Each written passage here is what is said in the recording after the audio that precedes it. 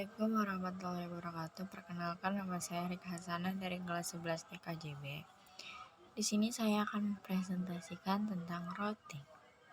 Kita masuk ke pengertian routing. Routing adalah suatu protokol yang digunakan untuk mendapatkan rute dari satu jaringan ke jaringan yang lain. Rute ini disebut dengan rute, dan informasi rute secara dinamis dapat diberikan ke router lain ataupun dapat diberikan secara statis ke router lain. Juga routing adalah proses di mana suatu router memforward paket jaringan yang dituju. Suatu router membuat keputusan berdasarkan IP address yang dituju oleh paket. Terus kita masuk ke mungkin jenis routing. Kita masuk ke routing statik. Cara kerja routing statis dapat dibagi menjadi 3, yaitu administrator jaringan yang mengkonfigurasi router. Router melakukan routing berdasarkan informasi dalam tabel routing. Yang ketiga, routing statis digunakan untuk melewatkan paket data. Seorang administrator harus menggunakan perintah IP rute secara manual untuk mengkonfigurasi router dengan routing statis. Terus kita masuk ke konfigurasi routing statis.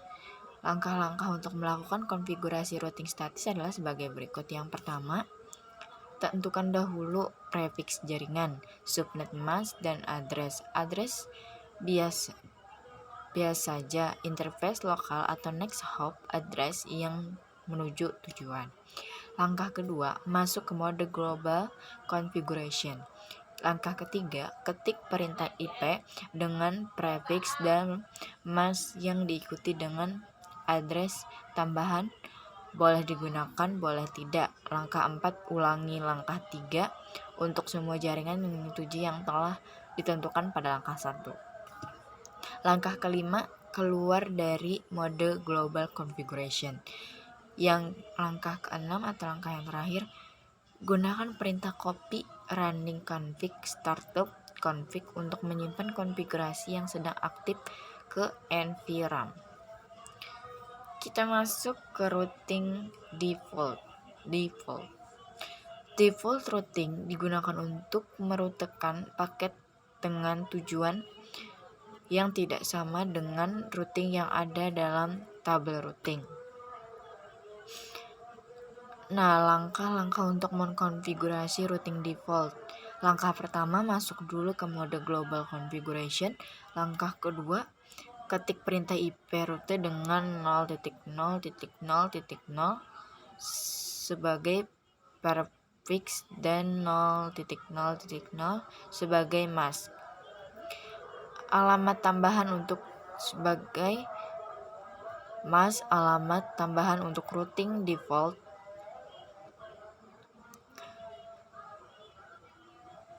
berupa address dari lokal interface yang terhubung langsung ke jaringan luar atau IP address dari next hop router. Langkah ketiga, keluar dari mode global config. Langkah keempat, gunakan perintah copy running config startup config untuk menyimpan konfigurasi yang sedang jalan ke NVRAM. Terus kita masuk ke routing dinamis.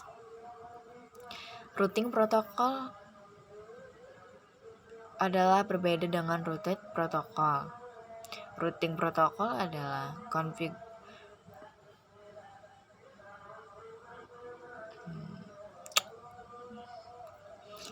komunikasi antara router-router. Routing protokol mengizinkan router-router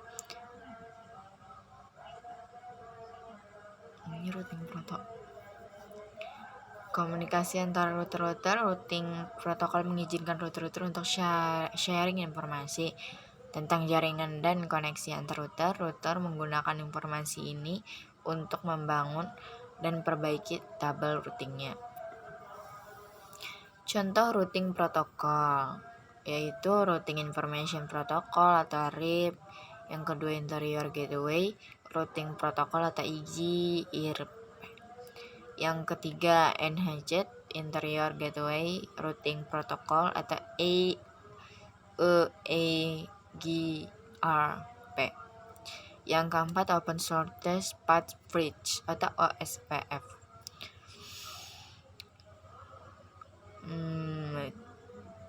Kita masuk ke Autonomous System atau AS. AS adalah kumpulan dari jaringan-jaringan yang dalam satu administrasi yang mempunyai strategi routing bersama. AS mungkin dijalankan oleh satu atau lebih operator ketika AS digunakan pada routing ke dunia luar. American Registry Internet Numbers atau ARIN adalah suatu service provider atau seorang administrator yang memberikan nomor identitas ke AS sebesar 16 bit. Routing protokol seperti Cisco, IGRP membutuhkan nomor AS number yang sifatnya unik. Kita masuk ke tujuan routing protokol dan autonomous system. Tujuan utama dari routing protokol adalah membangun dan perbaiki tabel routing, di mana tabel ini berisi jaringan-jaringan dan interface yang berhubungan dengan jaringan tersebut.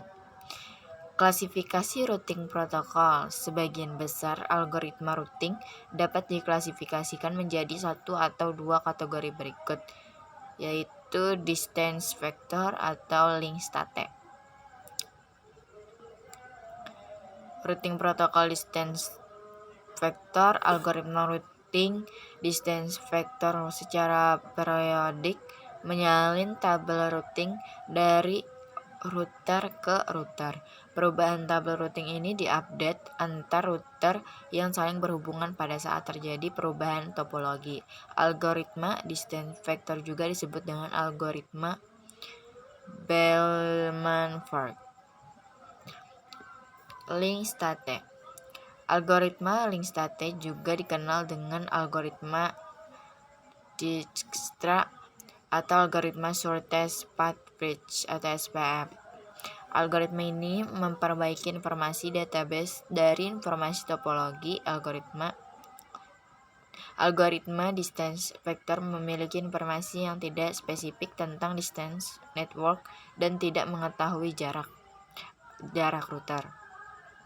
Sedangkan algoritma link state memperbaiki pengetahuan dari jarak router dan bagaimana mereka interkoneksi.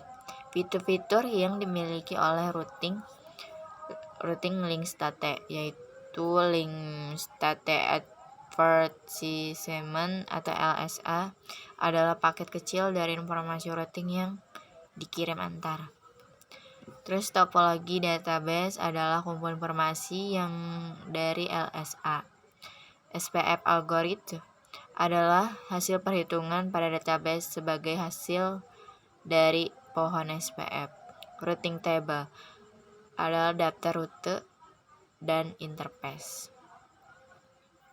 Proses discovery dari routing link state. Ketika router melakukan pertukaran LSA, dimulai dengan jaringan yang terhubung langsung tentang informasi yang mereka miliki. Masing-masing router membangun database topologi yang berisi pertukaran informasi LSA. Algoritma SPF menghitung jaringan yang dapat dicapai. Router membangun logical topologi sebagai pohon, tree, dengan router sebagai root. Sampai di sini dulu. Terima kasih atas perhatiannya. Wassalamualaikum warahmatullahi wabarakatuh.